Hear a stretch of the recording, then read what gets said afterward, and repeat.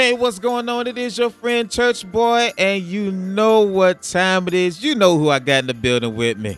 You got the one and only Lady T. The one and only. You know what it is. How you doing, baby? I'm doing groovy. You doing groovy. I like the sound of that. Took it back to the 70s. I'm doing groovy. Yeah. Yes, I'm groovy.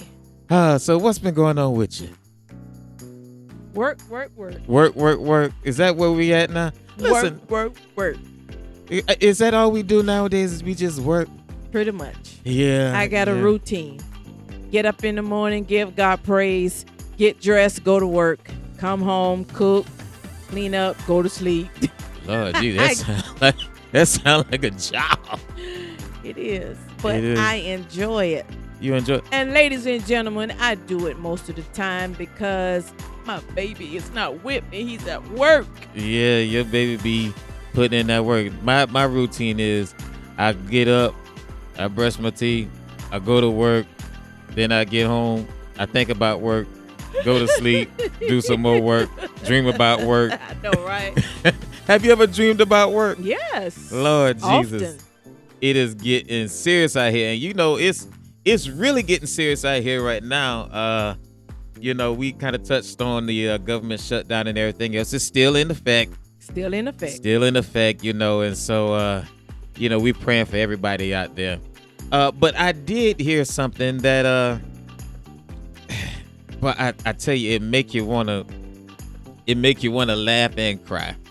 So you remember, not too long ago, maybe a couple weeks ago, Donald Trump, our president, came out and said that Tylenol was linked to autism. Did you hear about that? Oh, yeah. I remember that.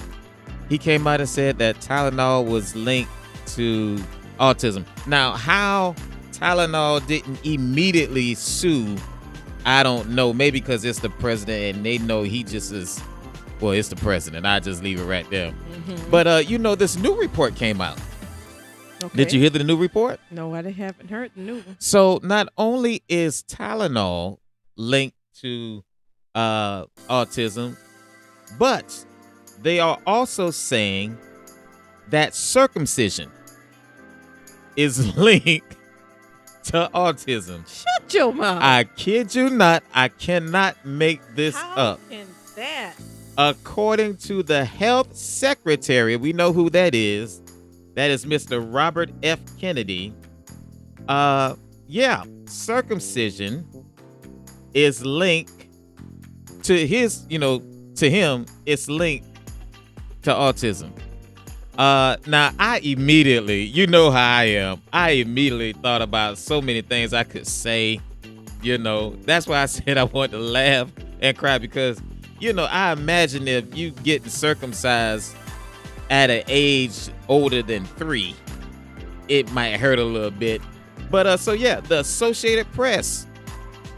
Kennedy appears to be referring to a study in the Journal of the Royal Society of Medicine in 2015, which looked at ritual circumcision and the risk of autism spectrum disorder in boys under 10. It reportedly found that those who had undergone the procedure, which involves the removal of foreskin from the penis, were more likely to develop autism than other boys in the study. I am not joking. I don't get that. This is where we at now. I mean, I imagine it do hurt, I mean, but what does that has to do with autism? Well, I guess, the pain. The pain, it makes you dumb, Man. I mean, I'm just saying, it'd be so painful that What? It's not like you don't get anything for the pain. What? What did they give you? They give you something. Not Tylenol. Oh, Lord. Listen, we got a great show for you all today. This is Church Boy and First Lady. We'll be right back.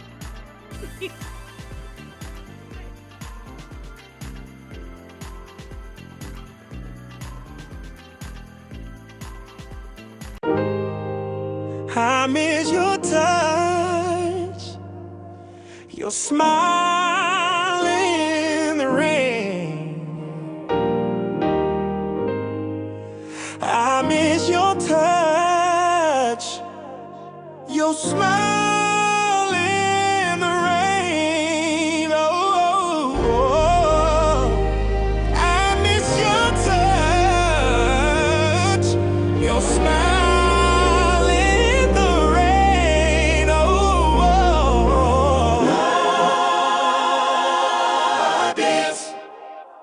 Yeah, see, we don't wait for Sunday to give God praise. Now I bring church with me right here in my sneakers. Go! I got church in my sneakers. Blessings in my step. Walking in His favor, I ain't missing what's left. They looking at my style, I'm just covered in grace. Everywhere I go, heaven follows my pace. Sneakers, church in my sneakers. Ain't gotta wear a suit for my praise to be deeper. Church in my sneakers, come on. Church in my sneakers. Walking with the Lord, that's my feature. Look, ain't no frontin', I'm the same on and off the mic. Praying in the drive-thru, faith still tight. Bible in the backseat, hoodie in my J's. I don't need stained glass just to give them praise. Real talk. See, I learned the spirit, don't live in the building. It's in the ones who still push through feelings. Grace hit different when you come from the mud. Now I'm dripping redemption instead of the club. Let's go. I got church in my sneakers, blessings in my step. Walking in His favor, I ain't missing what's left. They looking at my style, I'm just covered in grace. Everywhere I go, heaven follows my pace. Church in my sneakers, yeah, church in my sneakers. Ain't gotta wear a suit for my praise to be deeper. Church in my sneakers, church in my sneakers. Walking with the Lord, that's my feature. Yeah, yeah,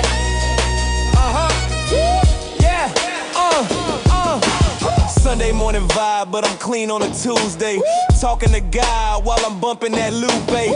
Faith ain't fashion, but it sure do fit. Cause when you walk with the word, you gon' shine legit. Yeah, got my kicks laced tight, that's my preparation. Armor on daily, no hesitation. See the cross on my heart, not a chain on my neck. And His love so strong, it keeps cutting them checks. I got love in my walk, peace in my talk, mercy in my motion, faith when I chalk. You can find me in the streets or the bleachers. Either way, I'm bringing church in my sneakers. Church in my sneakers. Yeah, church in my sneakers. Ain't gotta wear a suit for my praise. To be deeper. Church in my sneakers. Church in my sneakers. Walking with the Lord, that's my feature.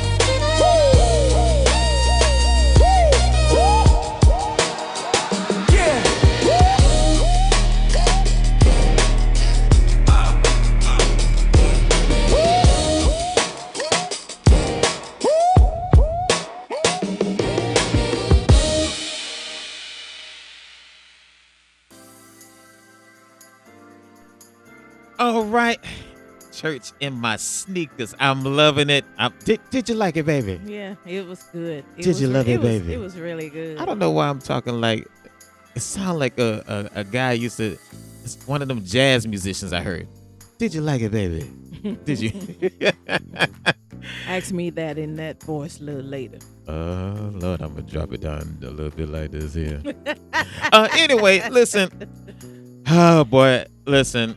I thought about what I said earlier, and I already hear somebody saying, okay, he's talking about people with autism and things of that nature. Listen, we feel for the people who have autism. It doesn't mean that they're, I said dumb.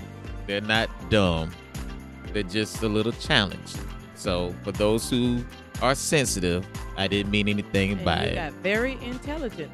You have very, exactly. Autistic people. Exactly. We're just talking about the article. But, you know, I do know that somebody won't even hear the word today because of that. So I just want to clear that up real quick. All right. We all good now? Y'all forgive me? All right. Speaking of that, do you know, we was talking about the autism thing. There was a clip I saw, and this guy was talking about how much he had to pay for his daughter pill. And she happened to have autism. I can't make this up. It wasn't planned. That's the one that you was talking about. The Right. Trump supporter? So yeah, that was a Trump supporter. You know, ain't got no problem with, you're a Trump supporter, you're a Trump supporter. My point was, though, so he came online and was saying that the pill that he was getting for his daughter was $10. It was $10 at one point. And now that we're in this mess that we're in, and if it stays like it is right now, that same pill that was $10 will be over $1,800. So it went up some more? For that same pill. Well, apparently I saw the wrong number.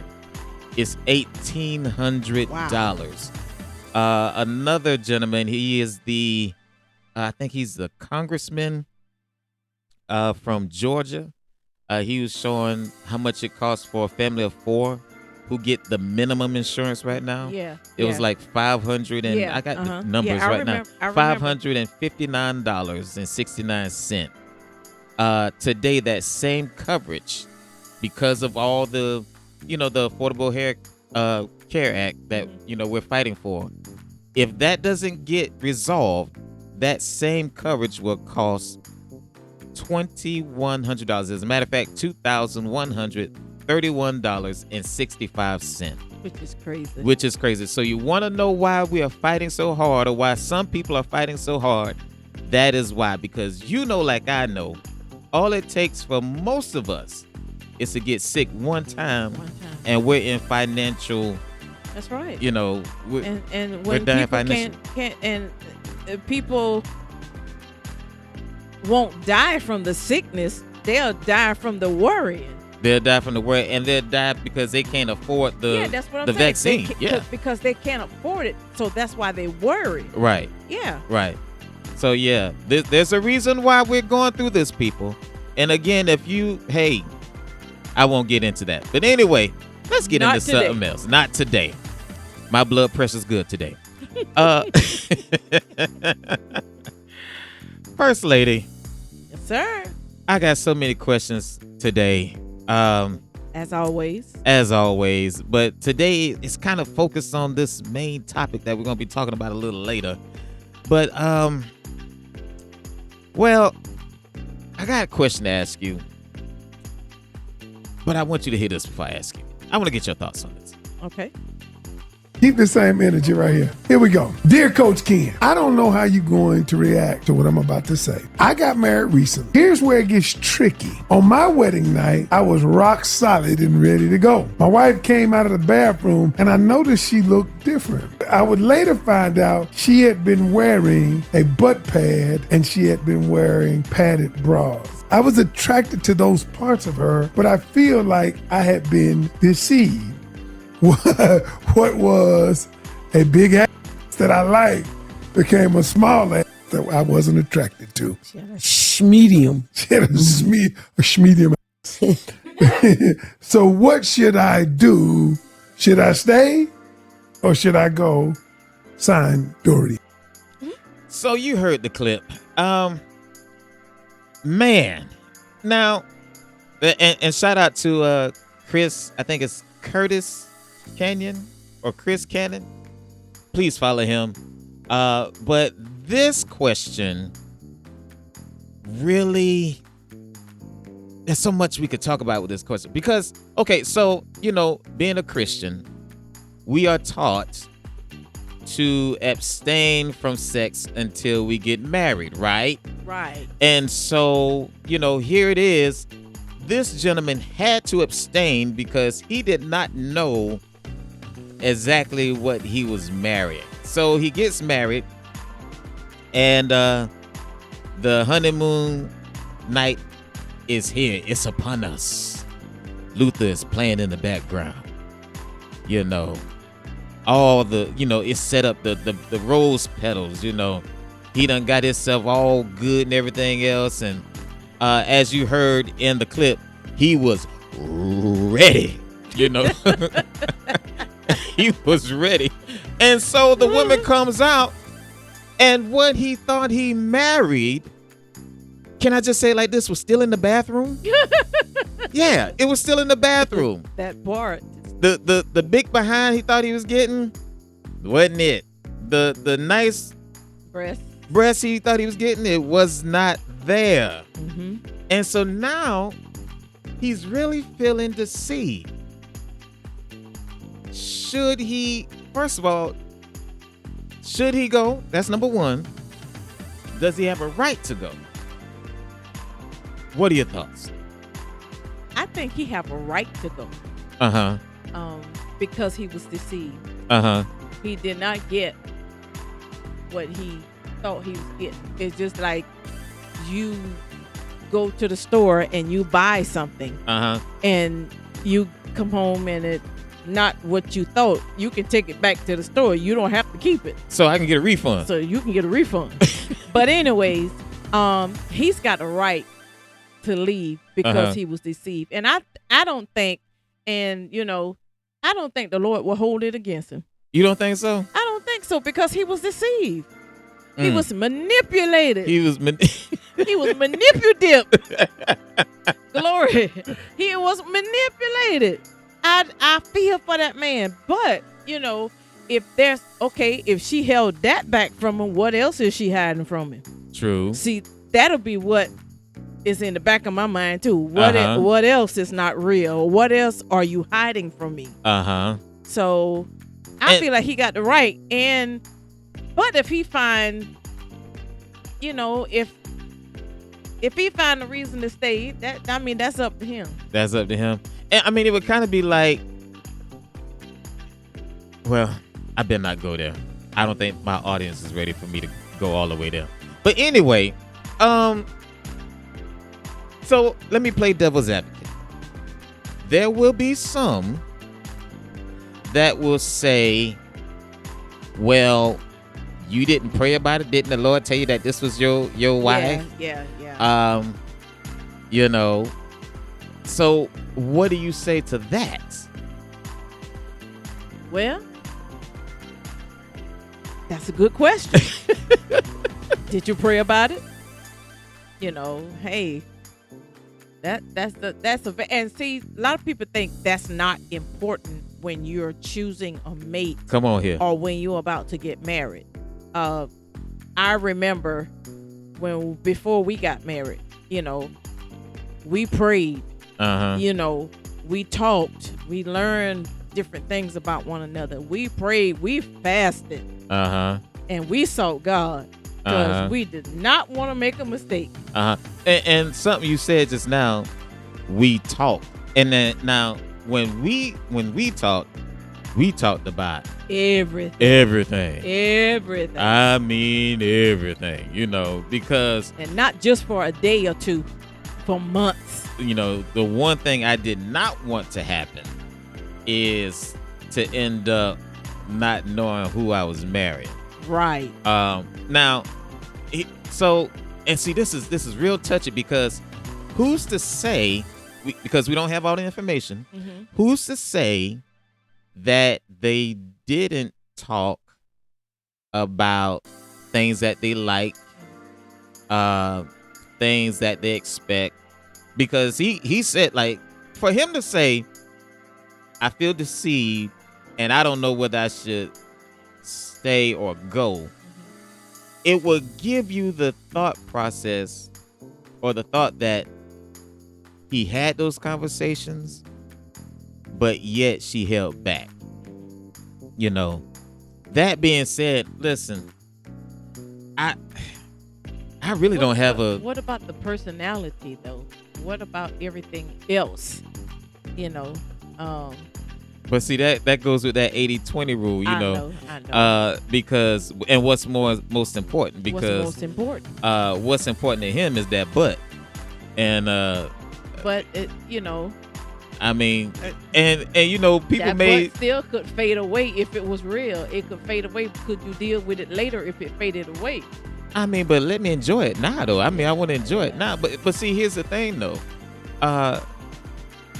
People will say, now that's so physical, that's so, you know how people get. But if I tell you that's what he liked, that's what I like, and I'm upfront with you about it, and you still deceive me, that's an issue. Yeah. That was one of the main things I liked about it. That's a trust issue. Yeah, that's a trust issue because it. Okay, you were saying. I mean, it's like if I said, well. No, you were saying that one thing you like about. What were you saying? That was. You know what I like. No, you said that was one thing. I guess you about to say one thing you liked about me. Well, one thing I liked about you. Yeah, I thought that what you was about to say. There was one thing you liked about me when we talked. We was up front. Oh no, I wasn't about to speak on that, but I don't see. We gotta keep this PG, so I can't go into everything that I liked and well, not liked, but like. A to the man. Yeah, present tense and future. Hopefully, the future will be coming very soon. But yeah, you done made me forget my train of thought. And got me all excited and heated and everything. And well, you better cool down so we can finish the show. Can't even. I was gonna play another gospel song. I can't even play no gospel song. I got to play. Listen, we'll be right back. All right, stay tuned.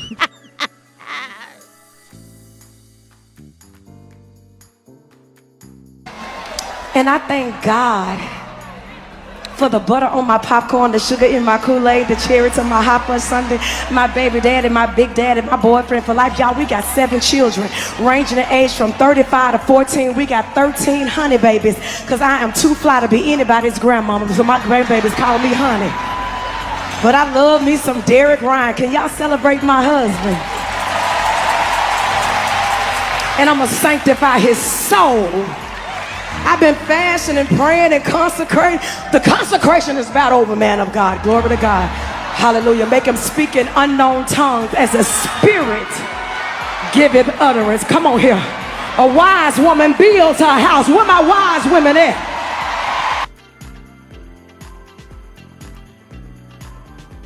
Now that's how you celebrate your man of God.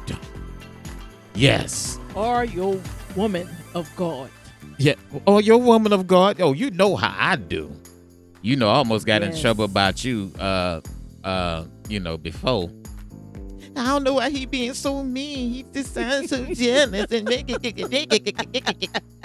I was like, boy, when you find the Bible say that lady was celebrating her husband. Yes, that's how that's how you should build your house. Absolutely. Accolade after accolade after accolade. Stroke that man's ego. Yes. So, if you thank God for your man, you ought to shout hallelujah.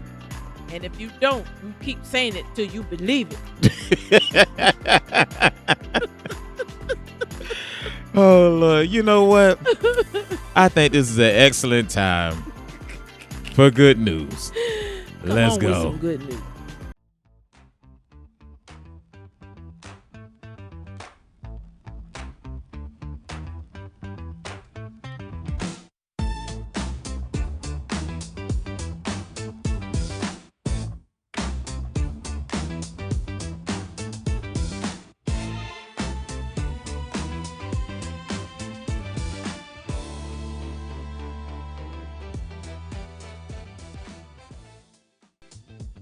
All right.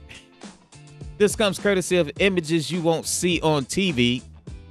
Meet 13-year-old student from Louisiana who created a community closet to help children in need. Chase Neeland Square, an 8th grader from Port Allen, Louisiana, is making a big difference at his school by helping run Pam's Pantry, a closet filled with clothes, shoes, and hygiene products for students in need. His efforts ensure that no classmate goes without essentials, inspiring his community to give back. Absolutely, absolutely a great thing that this young man is doing. Yes. Mr. Nealon Square. Nealon Square. So no child don't have to go without. We salute you. And you know what? Hey, I'm telling y'all, we're going to need more and more people doing this. Mm-hmm. More and more people being charitable. Yep. And the fact that this 8th grader is already taking steps to help out his community, the people he knows, is a great story. It is. It is. Awesome job. Absolutely. Take care of your peers. Yes. In other news, this comes courtesy of CBS News, okay? So there was this young lady named Shacole from Cincinnati, Ohio. And she was about to get married. You know what that is. She's about to get married, her big day. She didn't have on butt pads, but she was without something. And it was... Why are you looking at me like that? She was without something. I'm just looking. And what it was a father. Oh. Yeah, she was without a father. Who stepped up? So let me tell you what happened, though. It was a happy ending. So Shacole from Cincinnati, Ohio was getting ready to get married. And she didn't think it would matter to her that she didn't have a father to walk her down the aisle because she never knew her father. Well, the closer the day got, the more she was starting to feel that pull. You know what it is. And so she just happened to have a landlord who kind of knew her a little bit and kind of knew her situation. And his name was Gil Polium, her landlord of 79, and he's 79 years old. Oh. And so what happened was he asked her, could he have the honor of walking her down the aisle? And of course, you know what she said. Absolutely yes. And so they had the ceremony. Her landlord walked her down the aisle, and she says when the landlord grabbed her hand and held it real tight, it did something for her to make her feel like she finally had a father, which was an awesome story. And not only that, here's even the better part.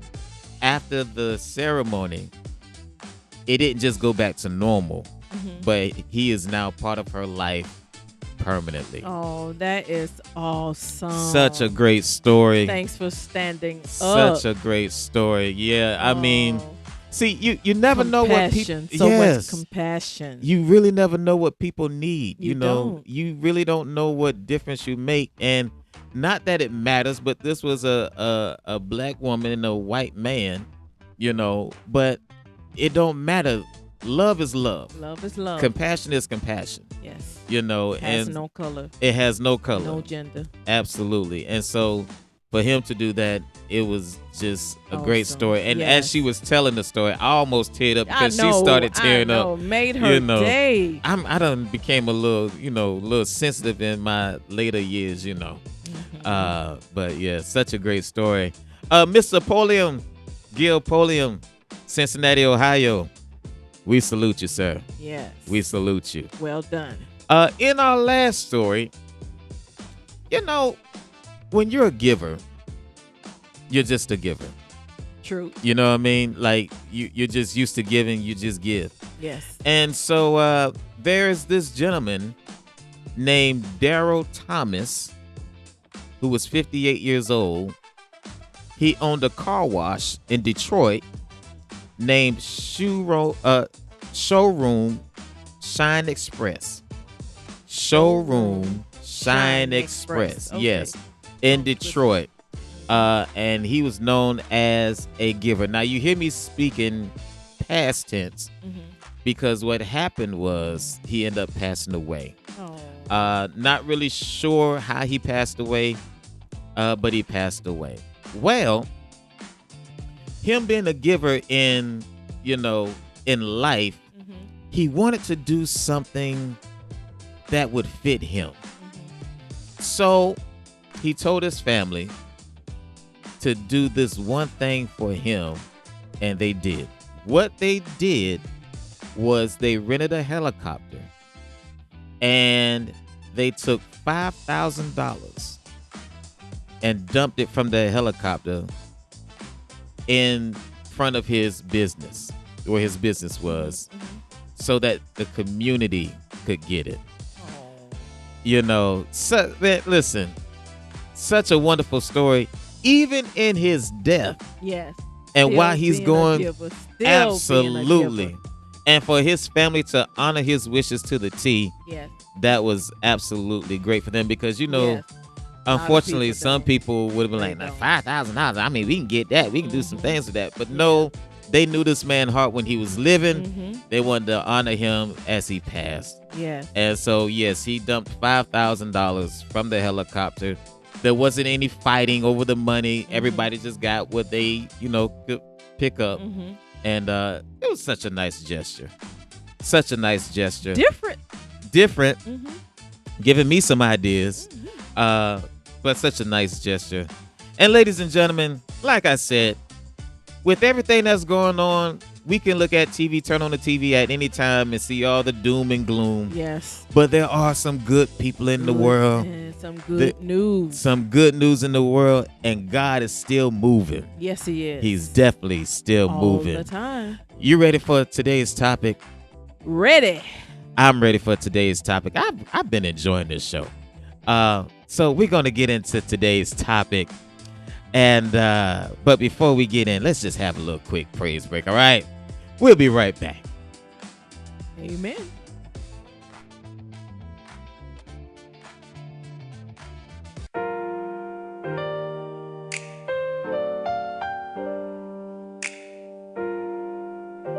Yeah. Taking my praise high, yeah.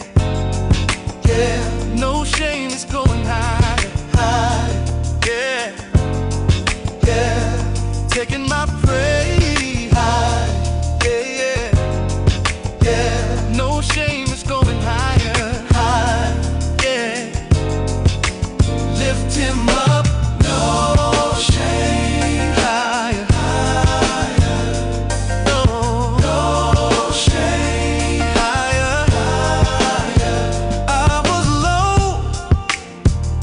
But you found me in the dark.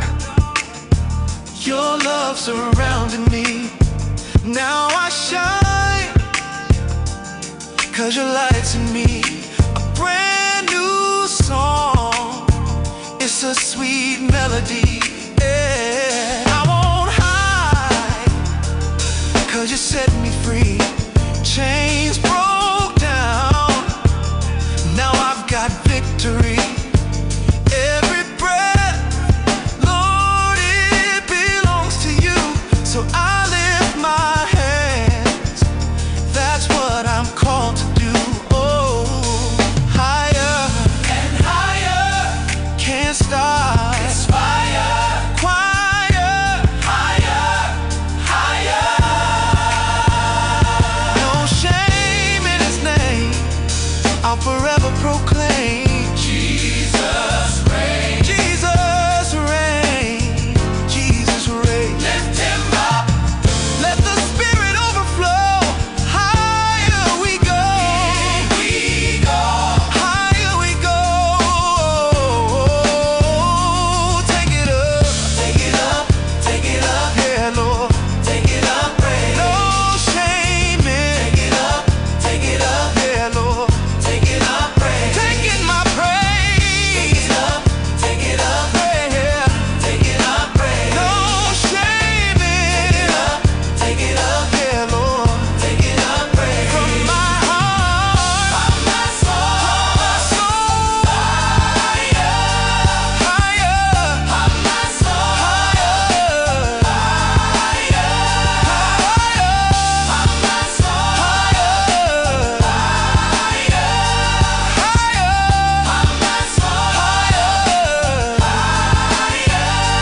I ain't ashamed. I ain't ashamed. Taking my praise. Take it up. Take it up. Oh yeah. Take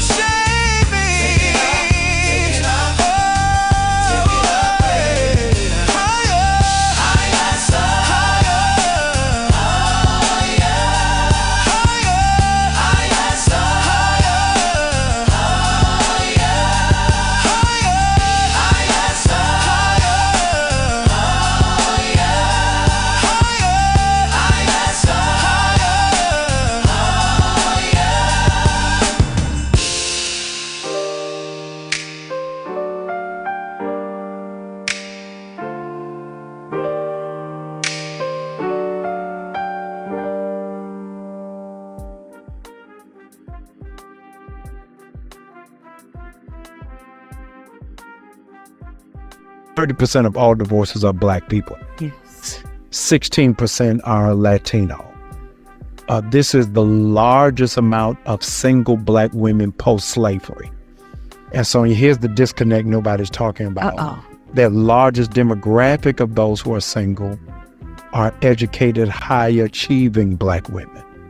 And so I know you done found Chef Boyardee, but everybody else is at Cookout and Chick-fil-A drive-thru. Black women who are single and did, here it is, everything the church told them to do. They went and got degrees. They are walking every day. They drinking water. They done pull pork it out of their diet. They saving. They go to midweek Bible study. It's still not happening. All right. So you heard the clip. I could not talk about this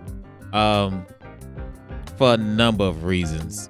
But so this came courtesy of Pastor Jamal Bryant and his podcast. You know, he has been very instrumental in a lot of things that's going on right now. And so he has the ears of the people in a lot of ways. You know, he's spearheaded the whole boycott, as you know, with Target. And so he has become very influential, at least in the black community.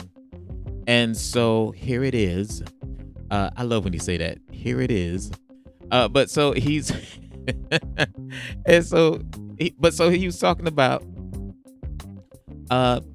divorce rates in the black community. You heard the statistics. 30% of all divorces are black. 16% are Latino. He also went on to say that a large group of women who are single are black women who people would say are high achieving. They have the degrees. They doing the boss things. You know, they're doing their thing. Yet they're not married.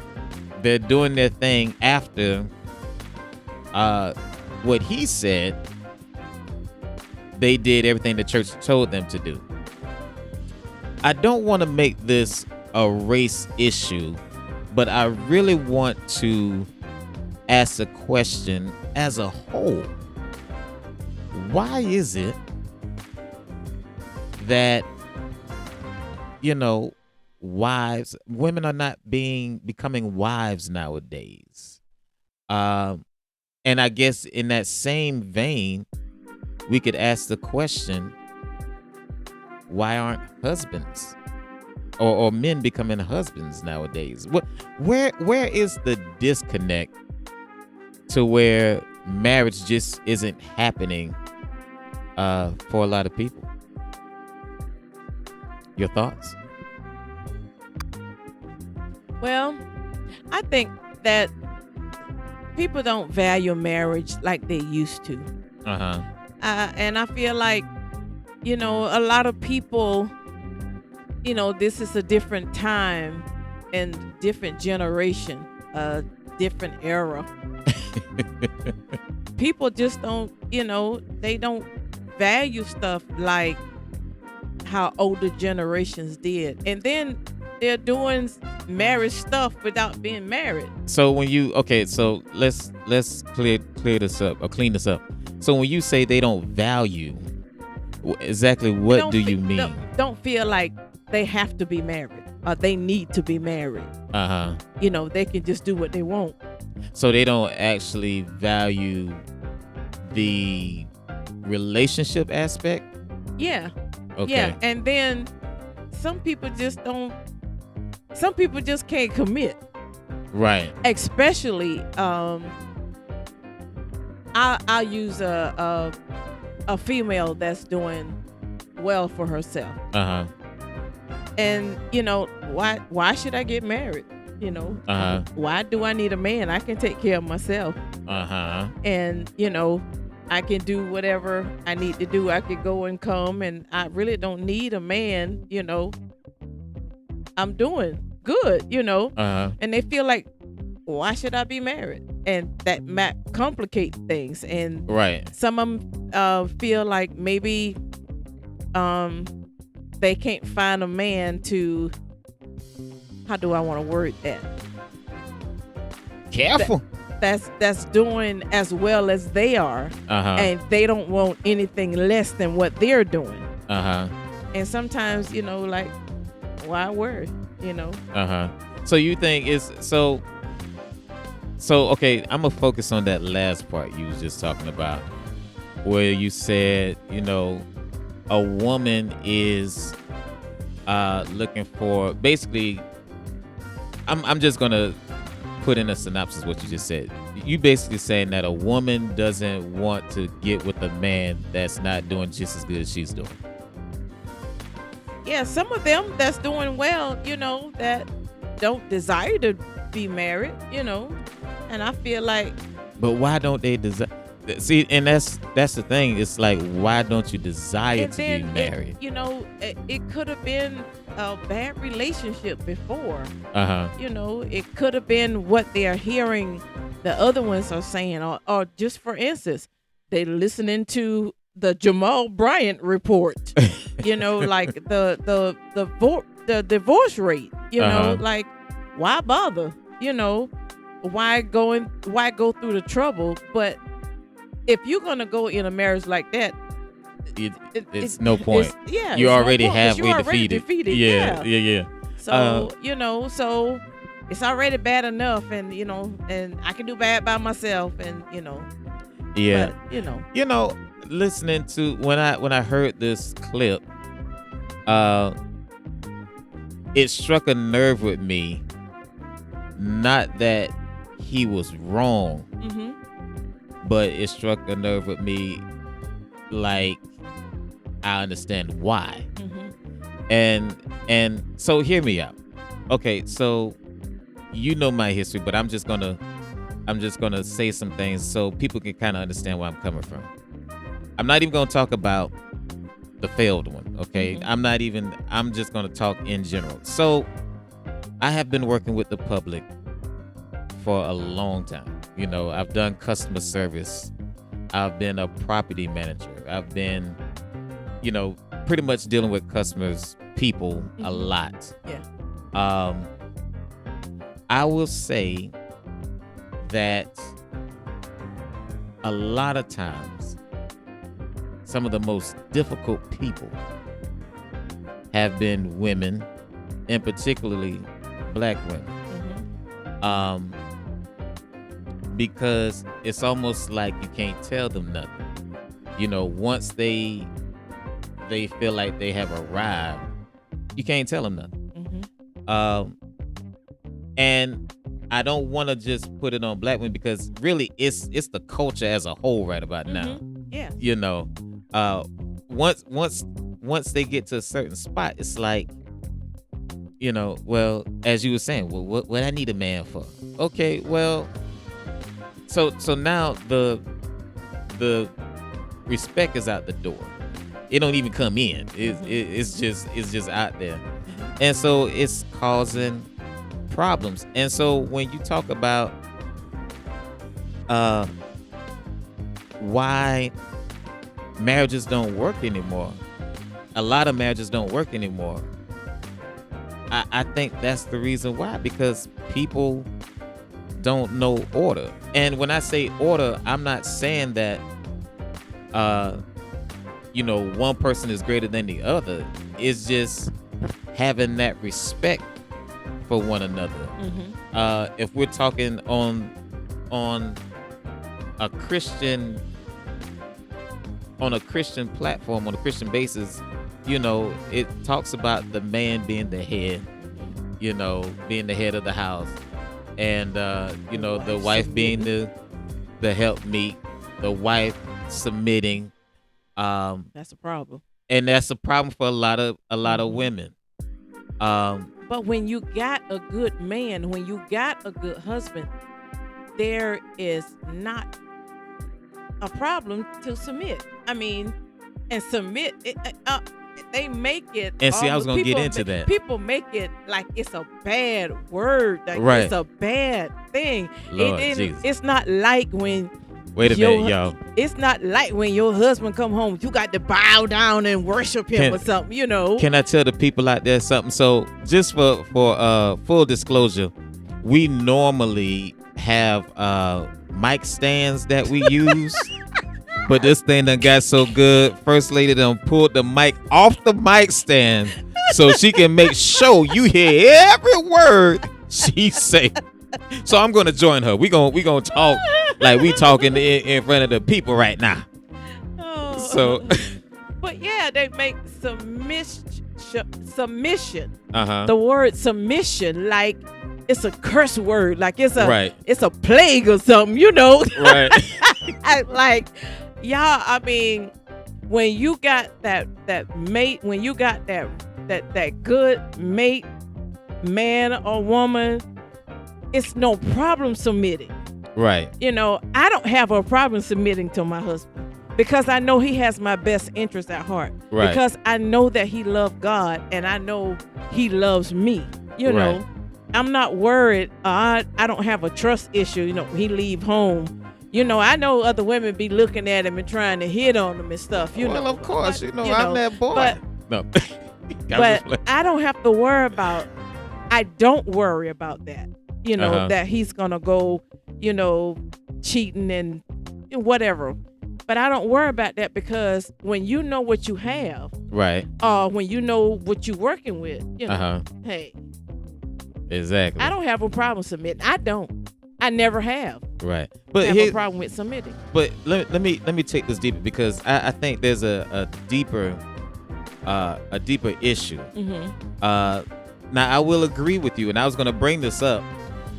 That many times women look at submission as a bad thing. Mm-hmm. First of all, let me clear this up because anybody who knows me know I'm not that guy that like, oh, you gonna do what I say, you know, that ain't me.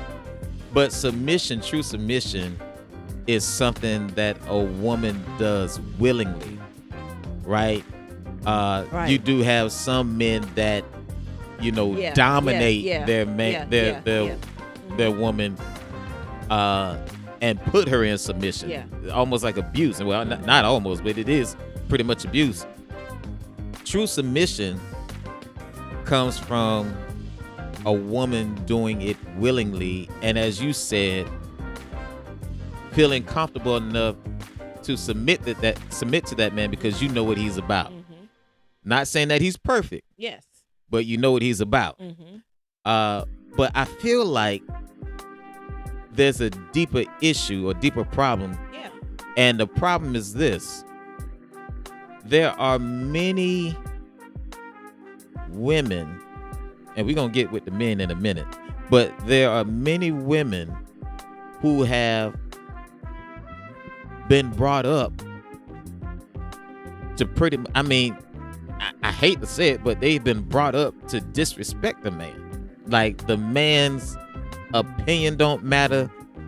The man don't matter. The only thing that matters is what's in his wallet.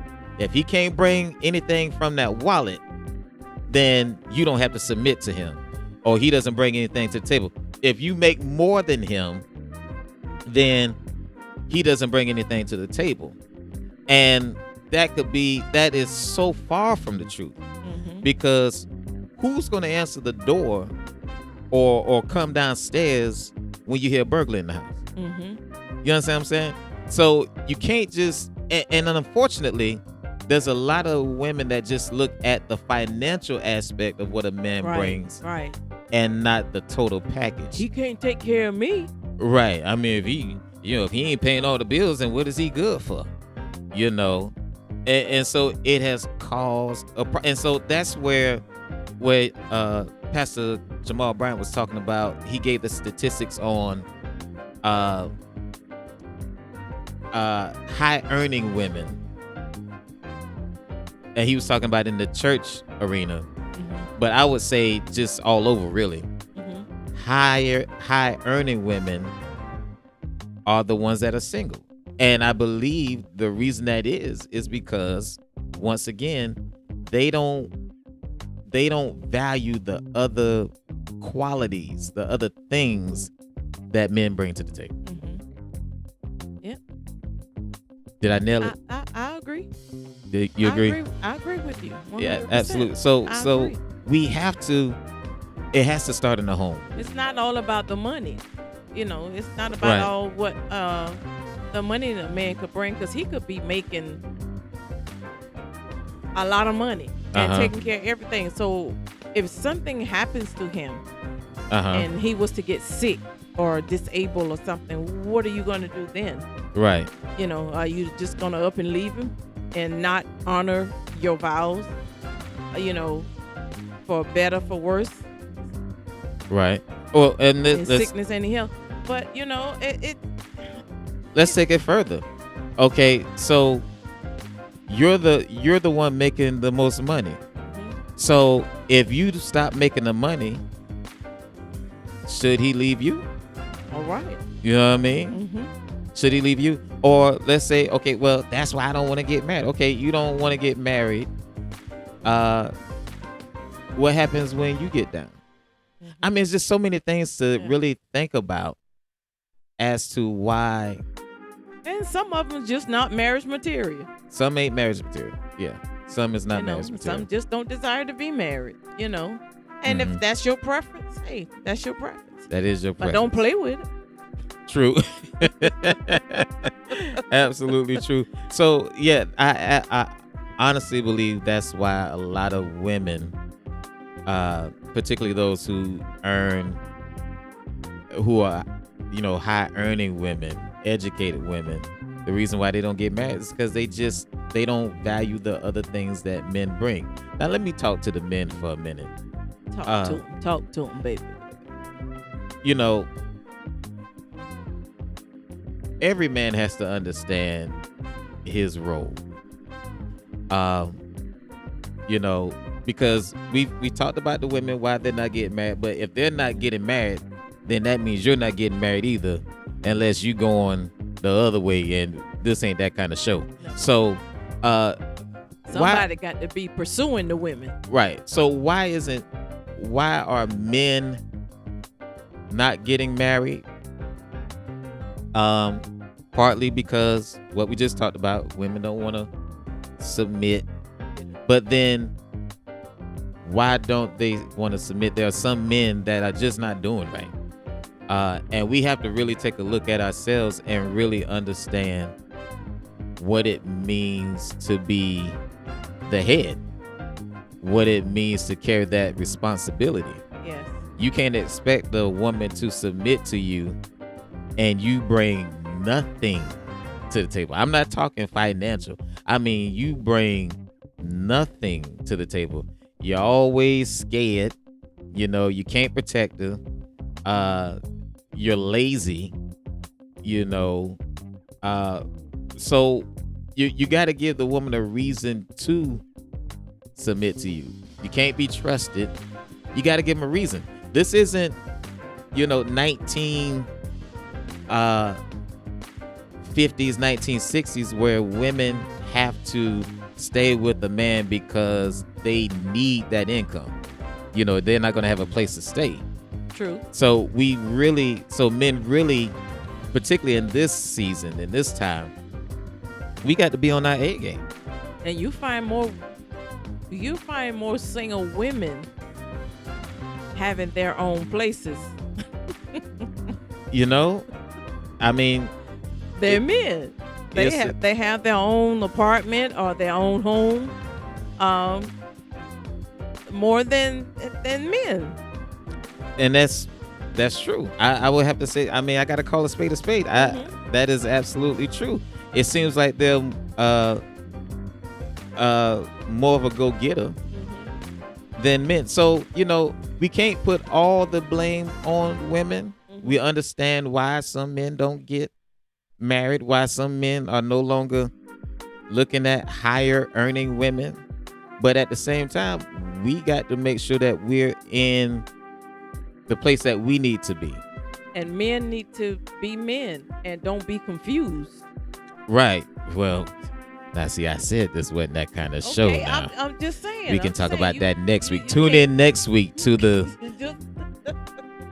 know who that you show. are. Know your identity. Yeah. In all seriousness, and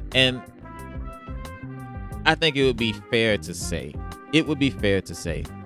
that all of this didn't happen overnight. It didn't. All of this really happened because there has been a lack of education in the home. And what I mean by education, I'm not just talking about textbooks and things like that, but there was no examples in the home what a husband looked like, what a wife looks like. We live in a time where husband and wife do all kind of things in front of their kids. True. And so when you do certain things, you just can't do. Let me say it like this, or let me give this scenario. So me and you just got married, right? We're young. We get married, and we're trying to figure this thing out. Mm-hmm. Okay. While we're trying to figure this thing out, we're doing this in front of the children. So you're saying all kind of stuff because you ain't quite figured out how to be a wife. I'm saying all kind of stuff because I ain't quite figured out how to be a husband. The kids hear both sides, all this arguing and stuff, and they gravitate. If it's a daughter, the daughters listen to the mama complain and say all kind of stuff about their daddy on the phone. And with their girlfriends. If it's a son, the son is hearing what his dad is saying to his homeboy at the barbershop and all kind of stuff. And so they get this preconceived idea what the opposite sex is. Am I making sense? And so, we're in a time where parents just do all kind of things, say all kind of things in front of their children, when I'll just say yesteryear, everything was said behind closed doors. You know what I mean? If the mother didn't agree with the father, the child would never know about it because the mother and the father would talk about it in the bedroom later. If the mother was wrong, whether the father agreed or not, no, you gonna get in trouble just like your mama said, and then I'm gonna talk to your mama later. But the children never saw unity. Well, they never saw the discord, is what I'm saying. They never saw the discord. They never saw the confusion. They never saw the disrespect, And so I really just think like it's one of those things where if we're going to change these statistics, and like I said, he was talking about women, black women in particular, but I'm just saying in general. Yes. If we're going to change the statistics of women being single, men being single, higher earning women being single, guess what? Higher earning men being single, because guess what? Even though the higher earning woman may not get married, the higher earning the higher earning man is getting married but then get divorced. So both of y'all single at the end of the day. Don't set your standards too high. Well, I can't say that. No, I mean, not so high that, I can't say that. I believe you should set your standards. I understand. Set your standards. Yes, of course. Don't settle for something that you really don't want or like or whatever. But don't set them too high, because it could be both ways. Well, I get you. I understand what you're saying. You should never want. You should never require more from somebody than you're willing to give. But that being said, here's the thing I would say. Set your standards high, but set your standards on the right stuff. Yeah, that's what I'm saying. Set your standards on the right that's side. what I'm saying. Because if you're just looking at money, to me, this is just me. This is church boy talking.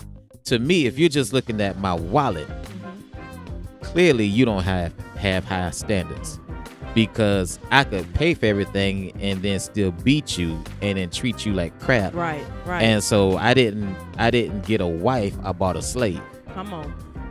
And I think we're going to end on that. We might have to do part 2 on that next week. But yeah, we'll be right with the closing, okay? Stay tuned.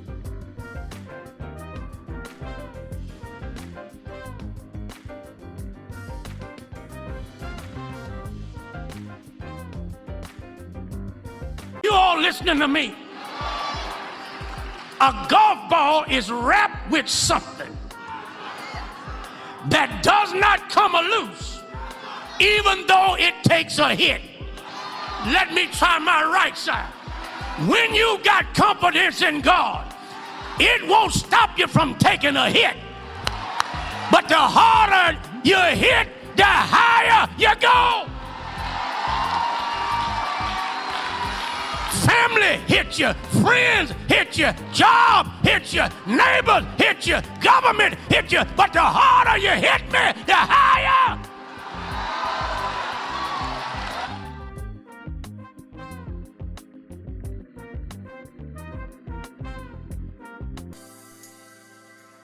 Oh, boy.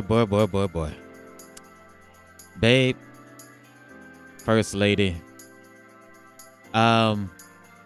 did we get anywhere with that talk? I felt like we was just scratching the surface. I know. It's a lot to be said. It's a lot that can be said. So much to be said. And it made me want to, just do a special show one day. Well, one day soon. Maybe we'll do that. We have done that in the past. I have spoken to men in the past about what it takes to be a man, the role of a man, and things of that nature. We've done it before. It's good to have, more yeah, than one and person, several people with their opinion. With their opinion and with some biblical facts. So I hope that they got something out of it, or at least it opened the door for further discussion for a husband and a wife, or someone who's thinking about making the move. And even if you have questions or concerns, let us know. Hey, right into the show, day41@gmail.com. You can send it to day41outreach@gmail.com. day41outreach@gmail.com. All right. What a show. I think it might be one of my favorites. It's good. You say that about all of them. Well, because it gets better and better. You know how the pastor used to say, from this day forth, I will never be the same. And then the next Sunday, and from this day forth, I will never be the same.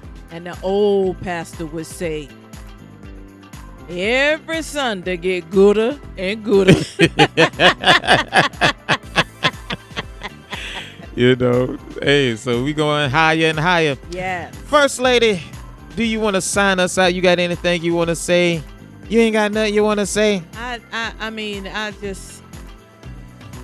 But the topic, I don't know what the problem is. I don't know what the problem is. That's all I got to say. I enjoy being married.